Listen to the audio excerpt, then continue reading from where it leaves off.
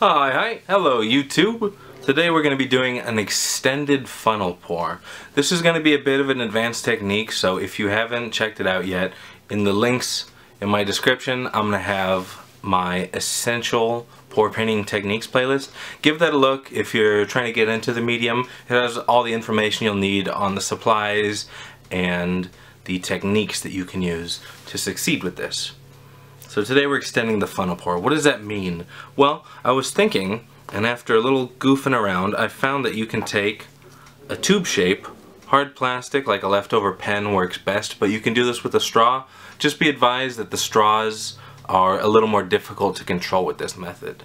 So instead, we have this hard plastic tube from an old dried out marker.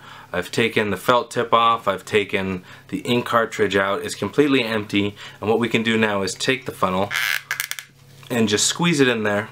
So now we can direct paint from the funnel into the cartridge of the pen. And as you may assume, the amount of paint you can get inside one of these isn't very much. So you may want to consider investing in a larger pen, maybe a novelty pen that you can get, have a larger volume inside the plastic tube. But for this purpose, we're just going to keep it on with the funnel. And what we're going to do is use this to just draw with our paint. This is a method to get the style and the aesthetic of a poured painting with all the freedom and control that you would get out of a writing utensil. So let's get this set up. You can see I've already got all my paints pre-mixed. This is paint and water and Floetrol. I also have a tiny little ball of putty here. This isn't strictly necessary, but I'm keeping it here to make it easier on me while I'm filming. I've pressed this into a little piece of wax paper here off on the side, less reflective so the folks watching won't be blinded by it. And I'm going to set the tip of this empty pen tube into the putty, which has effectively sealed it. Now I'm going to start adding the paints, and I'll tell you what's going to happen because it's easier to tell you first and then demonstrate rather than trying to do both at the same time. I'm going to have my funnel set up. I'm going to add one color, then a little bit of white, and again we're just using tiny amounts because we don't have much room here. I'm going to use one color, then white, and then a little drop of silicone. The next color, white, another drop of silicone. And we're going to go through the 4 colors like that, alternating between the colors and the white, and hopefully we'll be able to do that with just enough room that I can pull the funnel off. At this point, if I can extract the funnel without the paint overflowing, then we can put a finger over the top of it, and sealing off the air pressure will make it impossible or very difficult for the paint to leak out of the tip.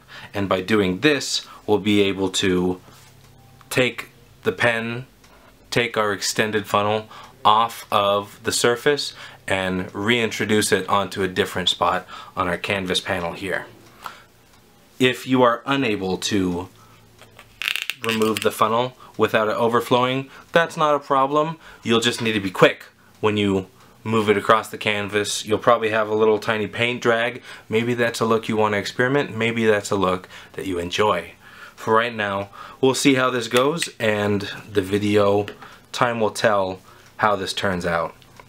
I also want to point out that if you were to keep the funnel attached, you can also keep introducing paint, or this is a way that you can extend your tube even farther. Instead of only having this much volume to work with to fill with paint, now you have all the extra in the funnel and this nice bell shape. So maybe you want to just have a large flow of ink and just kind of free motion across your canvas. That's also totally possible. With that being said, I think we've covered all the bases. We're going to use the hard plastic tube. If you don't have a pen that you're willing to throw away at home, you can also use a drinking straw. The point is to get a tube that you can add a funnel to, because the funnel lets you put the paint in and then direct it freely. So I'm adding this onto our little ball of putty again to keep it nice and tidy, and then we're going to start adding some paints.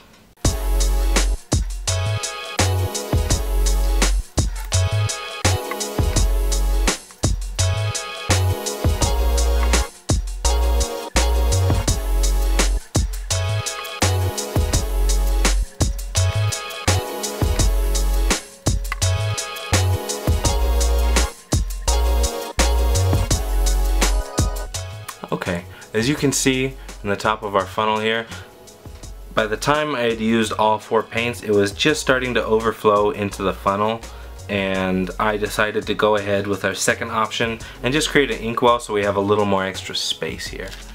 Since I have this wax paper underneath, I'm gonna try and remove the ball of putty real quick and then seal it back up with the tip of my finger, bring it over our canvas, and then we can start painting.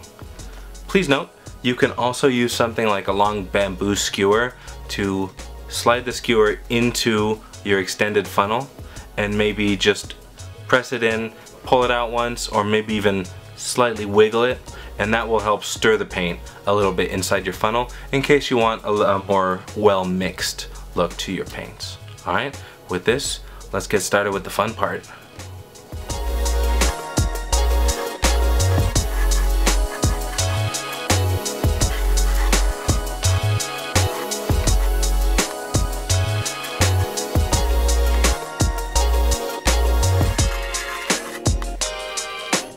Alright, this particular color scheme, it's probably really hard to tell. I'm looking at the little viewfinder on my camera, and it's really hard to see the distinction between the different colors green, and we have a light green, a dark green, a little blue, and some yellow. And for the most part, I was watching it kind of all bled together in this little stream. So what I'm going to do real quick is rinse out the inside of this. Always make sure to rinse this out as soon as possible so you can reuse it.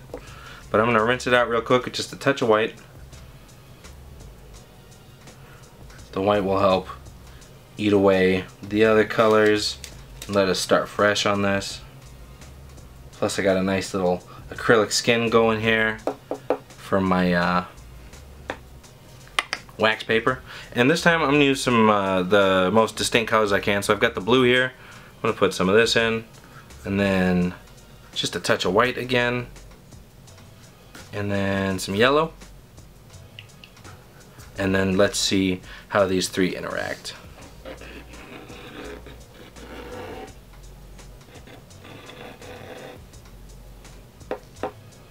Okay.